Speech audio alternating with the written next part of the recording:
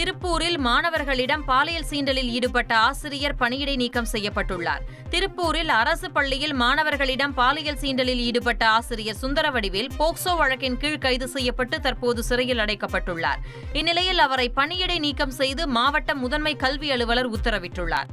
சென்னையின் பிரபல தியேட்டர்களில் ஒன்றான உதயம் தியேட்டர் தற்போது இடிக்கப்பட்டு வருகிறது. சமீபத்தில் வெளியான உதயம் தியேட்டர் இடிக்கப்படும் காட்சிகள் சினிமா பிரபலங்கள், ரசிகர்கள் உட்பட ஏராளமானோரின் இதயங்களை நொறுக்கியது.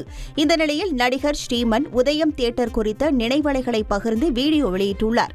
அதில் முன்பு உதயம் தியேட்டர் பிக்னிக் ஸ்பாட்டாக இருந்ததாகவும் இனி அந்த தியேட்டர் இல்லை என்பதை ஏற்க முடியவில்லை என்றும் வேதனை தெரிவித்துள்ளார். உதயம் தியேட்டர் எவ்வளோ நினைவுகள். கோடம்பாக்கம், வடபழனி இவங்க எல்லாருக்குமே உதயம் தியேட்டர்ன்றது ஒரு அந்த டைமில் எங்களுக்கு அது ஒரு பிக்னிக் ஸ்பாட் மாதிரி. தியேட்டர் இனிமேல் நோ மோர்.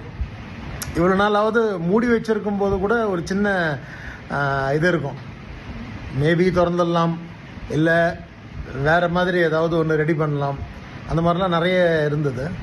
பட் இப்போது ஒரு நியூஸ் வந்தது, அந்த நியூஸ் பார்த்தேன். தரமட்டமாக நிறைய நினைவுகள். Just wanted to share that.